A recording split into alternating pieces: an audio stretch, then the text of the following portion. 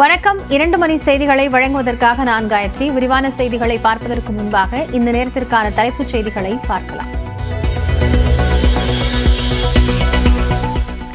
இன்று எந்த மாவட்டங்களிலும் மிக கனமழைக்கு வாய்ப்பில்லை.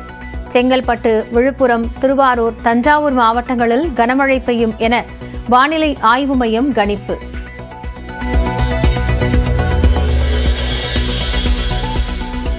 செங்கல்பட்டு, விழுப்புரம், கடலூர் உள்ளிட்ட 6 மாவட்டங்களில் நாளை அதி கனமழைக்கு வாய்ப்பு. மயிலாடுதுறை, நாகப்பட்டினம், திருவாரூர் மாவட்டங்களிலும் நாளை அதி கனமழை பெய்யும்.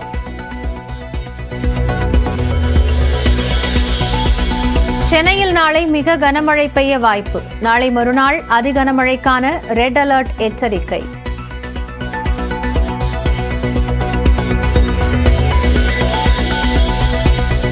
நீலகிரி, கோவை, திருப்பூர் மாவட்டங்களில் டிசம்பர் 1ஆம் தேதி மிக கனமழை பெய்யும். கிருஷ்ணகிரி, தருமபுரி உள்ளிட்ட வட மாவட்டங்களிலும் கனமழைக்கு வாய்ப்பு.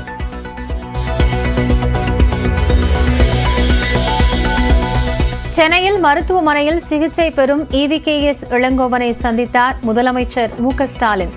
சிகிச்சை விவரங்களை குடும்பத்தினர் மருத்துவர்களிடம் கேட்டறிந்தார்.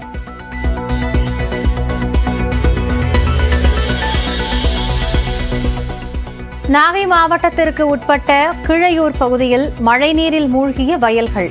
தேங்கிய நீர் வடியாததால் தவிக்கும் விவசாயிகள்.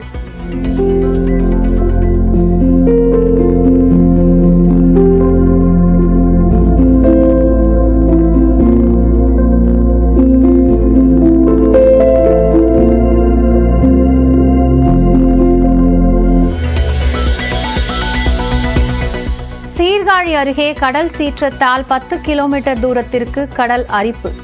ஓரம் இருந்த 1000க்கும் மேற்பட்ட சவுக்கு மரங்கள் வேரோடு சாய்ந்தன.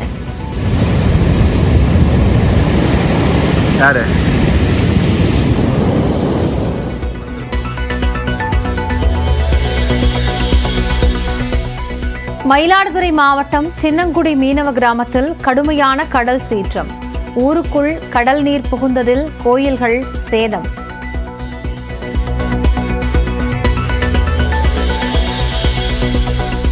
மழையால் 13,000 ஹெக்டேர் பரப்பளவில் நெற்பயிர்கள் பாதிக்கப்பட்ட நிலையில் நிவாரணம் அறிவிக்கப்படும். தஞ்சாவூர் மாவட்டத்தில் ஆய்வு செய்த அமைச்சர் MRK பன்னீர்செல்வம் பேட்டி.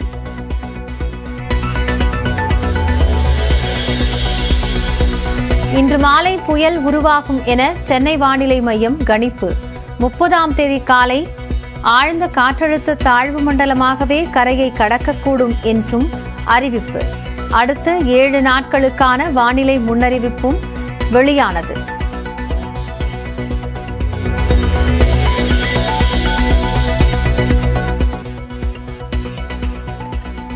மக்களவை உறுப்பினராக பதவியேற்றுக் கொண்டார் பிரியங்கா காந்தி. அரசியல் சாசன புத்தகத்தின் பெயரால் பதவி பிரமாணம் எடுத்துக் கொண்டார்.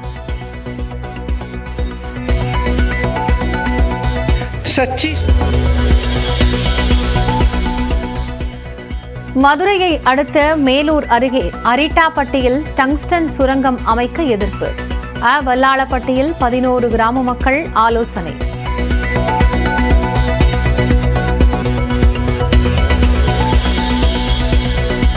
திருவண்ணாமலையில் மணல் கடத்தல்காரர்களை பிடிக்க முயன்ற அதிகாரிகளை மண்ணை கொட்டி தடுத்ததாக புகார். 2வரை கைது செய்தது காவல்துறை.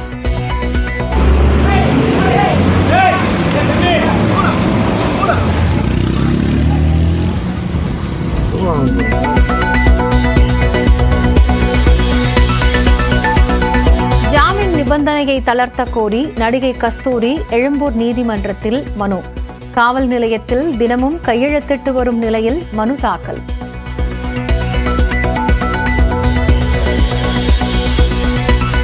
சொத்து வரி உயர்விற்கு திருப்பூர் மாநகராட்சி கூட்டத்தில் எதிர்ப்பு. முக்காடு போட்டுக்கொண்டு அதிமுக கவுன்சிலர்கள் போராட்டம்.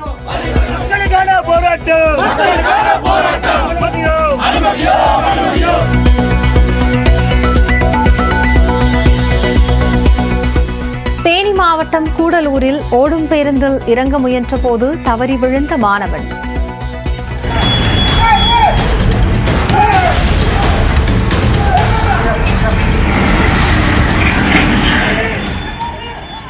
மருத்துவமனையில் அனுமதிக்கப்பட்டு சிகிச்சை.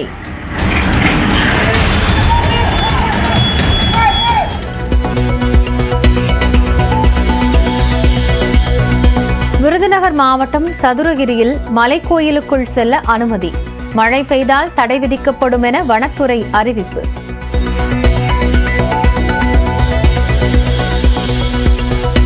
சத்தியமங்கலம் அருகே அருளவாடியில் உலாவரும் 40 காட்டு யானைகள். அடர்ந்த வனப்பகுதிக்கு விரட்ட வனத்துறை முயற்சி.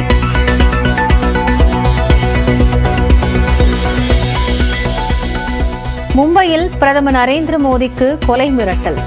ஆயுதம் வைத்துள்ளதாக மிரட்டிய பெண்ணை கைது செய்தது போலீஸ்.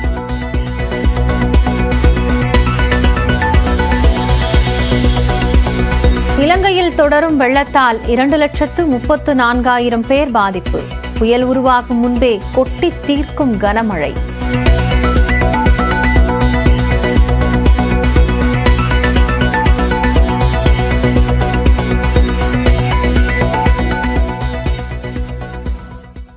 புயல் உருவாவது தாமதமானாலும் மிக கனமழை மற்றும் அதிகனமழை தொடரும் என்றே வானிலை ஆய்வு மையம் எச்சரித்திருக்கிறது.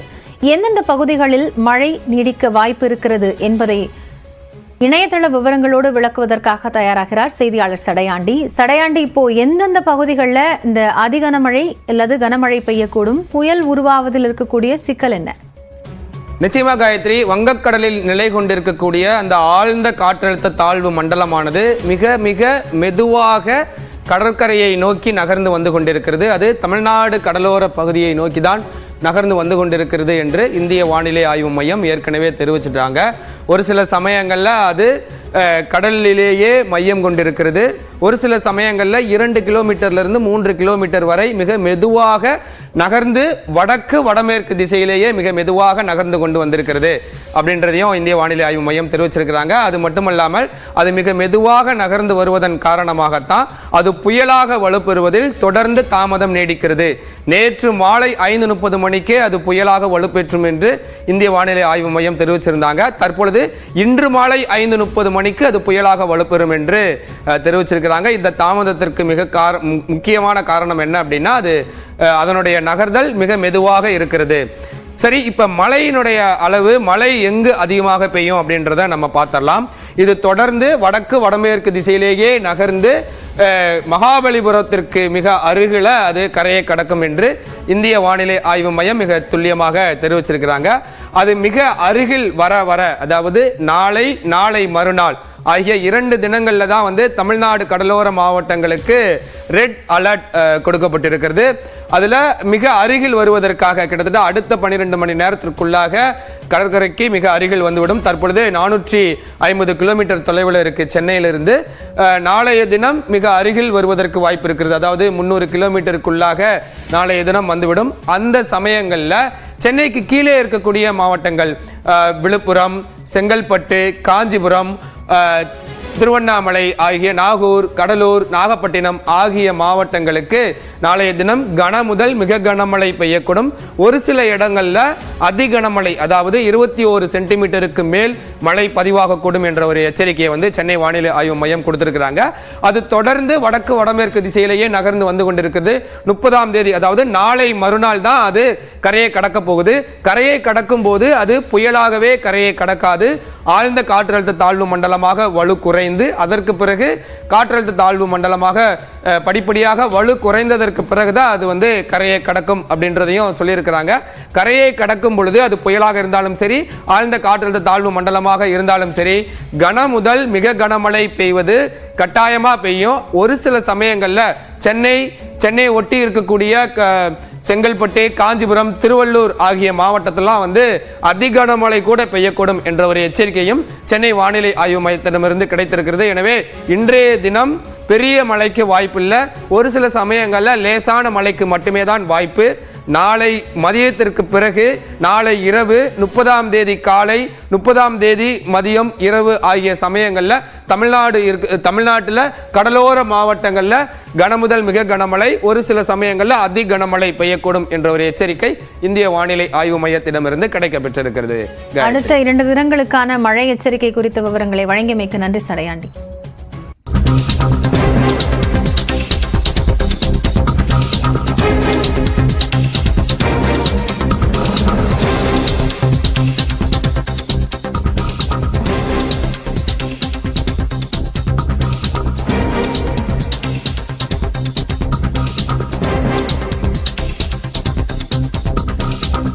தற்போதைய செய்தி, நடுக்கடலில் படகு கவிழ்ந்ததால் தனியார் எண்ணெய் தொழிற்சாலையின் இறங்கு தளத்தில் தவித்து வரக்கூடிய மீனவர்களை மீட்பதில் தொடர்ந்து சிக்கல் நீடித்து வருகிறது. கடல் கொந்தளிப்போடு இருப்பதே இதற்கு ஒரு முக்கிய காரணமாக சொல்லப்படுகிறது. கூடுதல் விவரங்களை செய்தியாளர் பிரேமிடம் கேட்கலாம். பிரேம், இதுவரைக்கும் என்னென்ன முயற்சிகளை மேற்கொண்டு இருக்கிறாங்க? இந்த மீட்பு பணி அப்படிங்கிறது எதனால சிக்கல் ஏற்பட்டிருக்கு? நிச்சயமாக காயத்ரி, அதாவது கடலூர் தைக்கால் தோரி மீனவ கிராமத்தைச் சேர்ந்த 6 மீனவர்கள் நேற்றைய தினம் ஆழ்கடலில் ஏற்கனவே வைத்திருந்த வலையினை எடுப்பதற்காக 2 படகில் சென்றிருக்கிறார்கள். அந்த 2 படகும் கடல் சீற்றம் காரணமாக படகு கவிழ்ந்து கடலிலேயே அவர்கள் விழுந்திருக்கிறார்கள். பின்னர் நீந்தி சித்திரப்பேட்டை அருகே இருக்கக்கூடிய தனியார் தொழிற்சாலையுடைய இறங்கு தளத்தில் ஜெட்டில் என கூடுவார்கள், அந்த ஜெட்டில் தஞ்சமடைந்திருக்கிறார்கள். அங்கு ஏற்கனவே 2 கம்பெனியோட தொழிற்சாலை ஊழியர்கள் இருக்கிறார்கள். அவர்களை பாதுகாப்பாக வைத்திருக்கிறார்கள். இந்த நிலையில் இந்த தகவல் என்பது மீன்வளத்துறை அதிகாரிகளுக்கு கொடுக்கப்பட்டு தொடர்ந்து மீன்வளத்துறை அதிகாரிகள் அங்கு இருக்கக்கூடிய மீனவர்களிடம் பேசி வருகிறார்கள். அவர்கள் அங்கு உணவு அறிந்து கொண்டு நலமாக இருப்பதாகவே தற்போது தெரிவிக்கிறார்கள். இருப்பினும் மீன்வளத்துறை அதிகாரிகள் சார்பில் மீட்பதற்கான அனைத்து முன்னெச்சரிக்கை நடவடிக்கையும் எடுக்கப்பட்டிருக்கிறது. குறிப்பாக கடலோர காவல்படையை அணுகியிருக்கிறார்கள், இந்தியன் கோஸ்டல் கார்டு அணுகியிருக்கிறார்கள். ஆனால் யாரிடமே படகு என்பது தற்போது அதற்கான படகு என்பது இல்லை என குறிப்பிடுகிறார்கள். குறிப்பாக கடலின் சீற்றமும் அதிக கொந்தளிப்பும் காணப்படுவதால் மீனவர்கள் படகு கூட அங்கு செல்ல முடியாத நிலை ஏற்படும். அப்படி மீனவர் படகு எடுத்து சென்றால் அதுவும் கவிழ்ந்து விபத்துக்குள்ளாகிவிடும் என்பதால் அணுகியிருக்கிறார்கள். ஆனால் கடலோர காவல்படையிடம் தற்போது கடலூர் மாவட்டத்தில் அதற்கான படகு இல்லை என குறிப்பிட்டிருக்கிறார்கள். அதனாலும் தொய்வு ஏற்பட்டிருக்கிறது. மீனவர்களிடம் இன்று காலை அவர்களுடைய உறவினர்கள் ஒரு கதறி அழுதிருக்கிறார்கள். உணவு பற்றாக்குறை ஏற்பட்டிருக்கிறது. எனவே தங்களை உடனடியாக இன்று மாலைக்குள் மீட்க வேண்டும் என கோரிக்கை வைத்தனர். அதையும் நாம் நியூஸ் 8 தொலைக்காட்சி சார்பில் காலை நம்ம பதிவு செய்திருந்தோம். நமது செய்தி எதிரொலியாக மீன்வளத்துறை அதிகாரிகள் அந்த உறவினரிடம் தற்போது கடல் சீற்றம் இருப்பதால் அந்த மீனவர்களை மீட்பதில் சிக்கல் ஏற்பட்டிருக்கிறது. அதே போல் அங்கிருக்கக்கூடிய மீனவர்களை தொலைபேசியில் தொடர்பு கொண்டு தற்போது கடல் கொந்தளிப்பவர்கள் மீனவர்கள் உங்களை மீட்க எங்களால் முடியாது, எனவே இன்னும் 3 நாட்களுக்கு புயல் கரையை கடந்த பிறகுதான் உங்களை மீட்க முடியும், எனவே 3 நாட்களுக்கு அங்கே தஞ்சமடைய வேண்டும், பாதுகாப்பாக இருங்கள் என தற்போது கூறியிருக்கிறார்கள். ஏற்கனவே அந்த தனியார் தொழிற்சாலையுடைய 2 ஊழியர்கள் மட்டும் இருக்கிறார்கள். அவர்களுக்கு தேவையான உணவு மட்டும் தான் அங்கு இருக்கிறது. தற்போது இன்னும் 6 மீனவர்கள் அங்கு தஞ்சமடைந்திருக்கிறார். உணவு பற்றாக்குறை ஏற்பட்டிருக்கிறது. எனவே இந்தியன் கோஸ்டல் கார்டும் தமிழ்நாடு அரசும் தற்போது முயற்சித்து அவர்களை மீட்கும் நடவடிக்கை எடுக்க வேண்டும் என மீனவர் வாழ்வுரிமை இயக்கத்தின் தற்போது பெரிய ஏகாமரமும் செய்தியாளர் சபையில் குறிப்பிட்டிருக்கிறார். இன்று மாலைக்குள் தமிழ்நாடு அரசு எந்தவித நடவடிக்கையும் எடுக்கவில்லை என்றால் நாங்கள் மீனவர்கள் எல்லாம் ஒன்று திரட்டி 10 படகுகள் சென்று மீனவர்களை மீட்க வேண்டிய நிலை ஏற்படும். எனவே உடனடியாக உணவில்லாமல் தவிக்கக்கூடிய 6 மீனவர்களை உடனடியாக மீட்க நடவடிக்கை எடுக்க வேண்டும் என்பதே தற்போது கோரிக்கை ஏற்படுகிறது. நன்றி பிரேம். மீனவர்கள் விரைந்து மீட்கப்படுவார்கள் என எதிர்பார்க்கிறேன்.